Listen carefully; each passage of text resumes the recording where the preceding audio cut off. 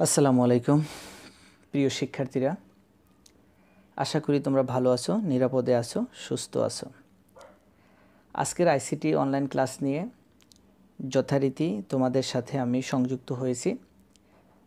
মোহাম্মদ সাইদুল ইসলাম, পদার্থ বিজ্ঞান বিভাগ, জাতির জনক বঙ্গবন্ধু শেখ মুজিবুর রহমান সরকারি মহাবিদ্যালয়, উত্তরা, ঢাকা।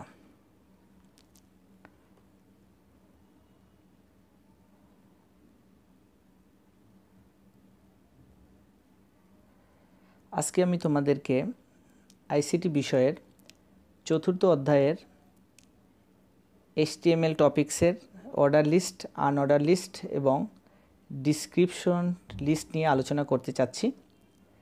তো তোমরা এই পার্ট শেষে যা যা শিখতে পারবে, অর্ডার লিস্ট কি তা সম্পর্কে বিস্তারিত ব্যাখ্যা করতে পারবে, আনঅর্ডার লিস্ট কি, এর ফরম্যাট এবং এর HTML কোড সম্পর্কে জানতে পারবে, ডিসক্রিপশন লিস্ট কি এ সম্পর্কেও বিস্তারিত আলোচনা করতে পারবে। এখন তোমরা প্রথমে আমরা জানব HTML লিস্ট। অনেক সময় ওয়েব পেজের তথ্য লিস্ট বা তালিকা আকারে প্রকাশ করার প্রয়োজন হয়, অর্থাৎ লিস্ট আইটেমগুলোকে নাম্বারিং বা পয়েন্ট আকারে প্রকাশ করার প্রয়োজন হয়। তথ্য লিস্ট আকারে প্রদর্শনের জন্য HTML এ 3 ধরনের লিস্ট আছে, যথা order list, number 2 unorder list, number 3 description list.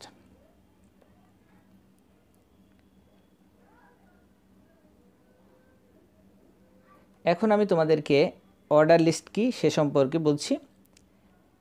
Order লিস্টের লিস্ট আইটেমগুলো সাধারণত অর্ডারিং বা নাম্বারিং করা থাকে। অর্ডার লিস্ট তৈরি করার জন্য OL opening tag dot dot OL closing tag এবং লিস্ট আইটেম তৈরি করার জন্য LI opening tag dot dot LI closing tag ব্যবহার করা হয়। এক্ষেত্রে LI opening tag dot dot LI closing ট্যাগগুলো OL opening tag dot dot OL closing ট্যাগের মধ্যে নেস্টেড হিসাবে লেখা হয়। লিস্ট আইটেমগুলোর অর্ডারের প্রকৃতি কেমন হবে তা OL opening tag dot dot OL closing ট্যাগের টাইপ অ্যাট্রিবিউটের মাধ্যমে নির্ধারণ করা হয়। যদি কোনো টাইপ উল্লেখ না থাকে তাহলে নাম্বারড লিস্ট বা তালিকা তৈরি হয়। এখানে আমি অর্ডার লিস্টের ফরম্যাট বর্ণনা করেছি যে অর্ডার লিস্ট তৈরি করতে হলে আমাদেরকে OL ওপেনিং ট্যাগ এবং OL ক্লোজিং ট্যাগ লিখতে হবে এবং লিস্ট আইটেম হিসেবে আমরা LI opening tag dot dot LI closing tag হিসাবে নির্ধারণ করেছি। এখন আসা যাক অর্ডার লিস্টের OL opening tag dot dot OL closing ট্যাগের স্টার্ট অ্যাট্রিবিউটের ব্যবহার। লিস্ট আইটেমগুলোর অর্ডারিং বা নাম্বারিং কত থেকে শুরু হবে তা OL ডট ডট OL ট্যাগে স্টার্ট অ্যাট্রিবিউটের মাধ্যমে নির্ধারণ করা হয়। অর্থাৎ টাইপ 1 এর ক্ষেত্রে স্টার্ট 3 হলে অর্ডারিং বা নাম্বারিং শুরু হবে 3 থেকে। টাইপ এর ক্ষেত্রে স্টার্ট 3 হলে অর্ডারিংটা শুরু হবে C থেকে। অর্থাৎ এখানে অ্যাট্রিবিউট হিসেবে আমরা টাইপ A নির্ধারণ করেছি।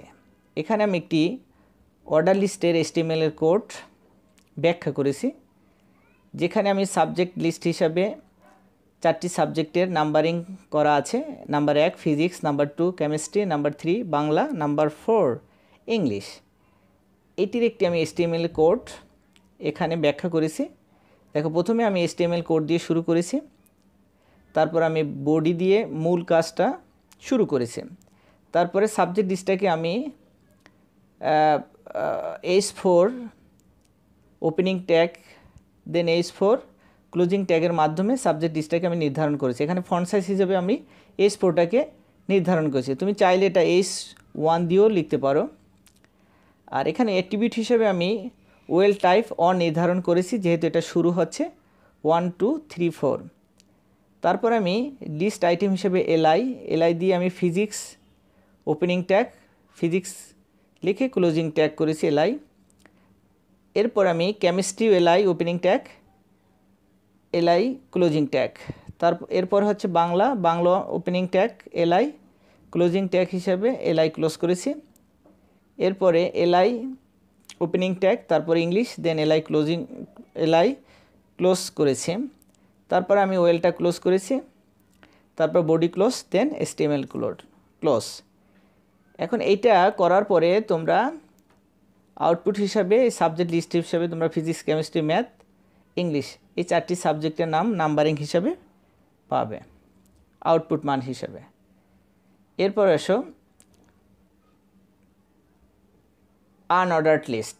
আনঅর্ডার্ড লিস্টের লিস্ট আইটেমগুলো সাধারণত বুলেট আকারে থাকে। আনঅর্ডার্ড লিস্ট তৈরি করার জন্য UL tag opening tag .ul closing tag এবং লিস্ট আইটেম তৈরি করার জন্য LI opening tag .li closing tag ব্যবহার করা হয়। এক্ষেত্রে লিস্ট আইটেমগুলো বুলেট পয়েন্টের প্রকৃতি কেমন হবে তা UL opening tag .ul closing tag এবং LI opening tag .li closing ট্যাগের টাইপ অ্যাট্রিবিউটের মাধ্যমে নির্ধারণ করা হয়। যদি কোনো টাইপ উল্লেখ না থাকে তাহলে ডিক্স বুলেট লিস্ট তৈরি হয়।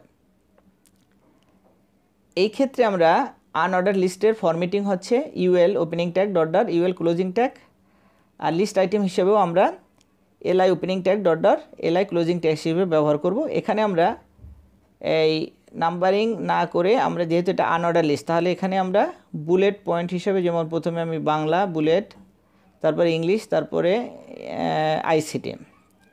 তো আনঅর্ডার লিস্টের ট্যাগের স্টাইল অ্যাট্রিবিউটের ব্যবহার, স্টাইল অ্যাট্রিবিউট হিসেবে আমরা এখানে ডিক্স ব্যবহার করব, সার্কেল, স্কোয়ার, নান। এগুলো হচ্ছে আনঅর্ডার লিস্টের অ্যাট্রিবিউট। এখানে আমি একটি আনঅর্ডার লিস্টের HTML কোড দেখিয়েছি। ওইখানে আগের অঙ্কটি অর্ডার লিস্টে ছিল নাম্বারিং করা, এখানে আমরা ডিক্স ব্যবহার করেছি, যেমন ডিক্স ফিজিক্স, তারপর কেমিস্ট্রি, বাংলা, ইংলিশ। এটা আগেরটার মধ্যেই, জাস্ট এখানে পার্থক্য হচ্ছে ইউএল টাইপ অ্যাট্রিবিউট হচ্ছে ডিক্স, লিস্ট আইটেম হিসেবে ফিজিক্স, কেমিস্ট্রি, বাংলা, ইংলিশ, তারপরে ইউএল ক্লোজ করতে হবে, বডি ক্লোজ, HTML ক্লোজ। এখন আসো নেস্টেড লিস্ট।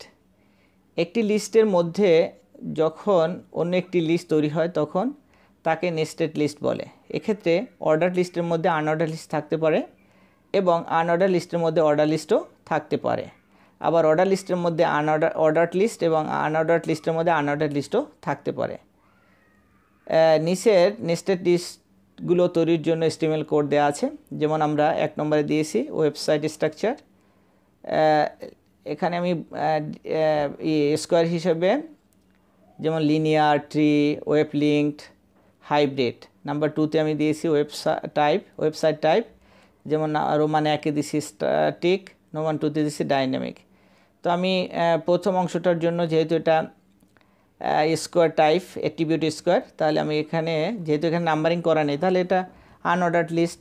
তাহলে HTML বডি, তারপর হচ্ছে ইউএল টাইপ হচ্ছে স্কোয়ার, ইউএল টাইপটা হচ্ছে স্কোয়ার। আর ওয়েবসাইটটাকে আমরা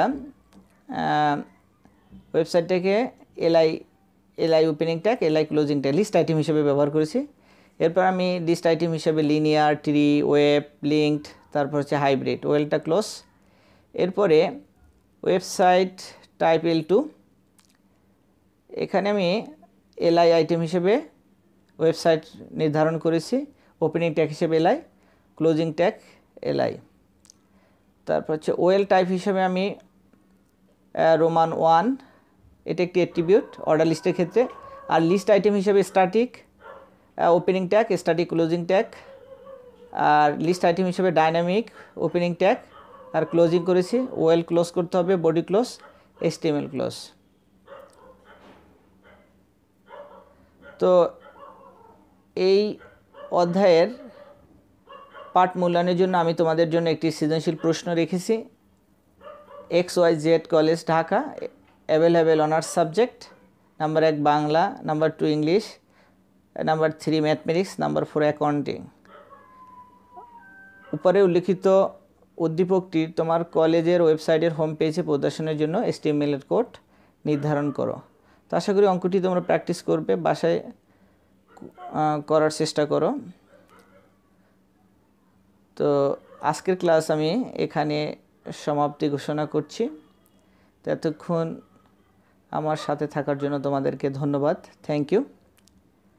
আমি SI sir, department of ICT, জাতির জনক বঙ্গবন্ধু শেখ মুজিবুর রহমান গভর্নমেন্ট কলেজ, উত্তরা, ঢাকা।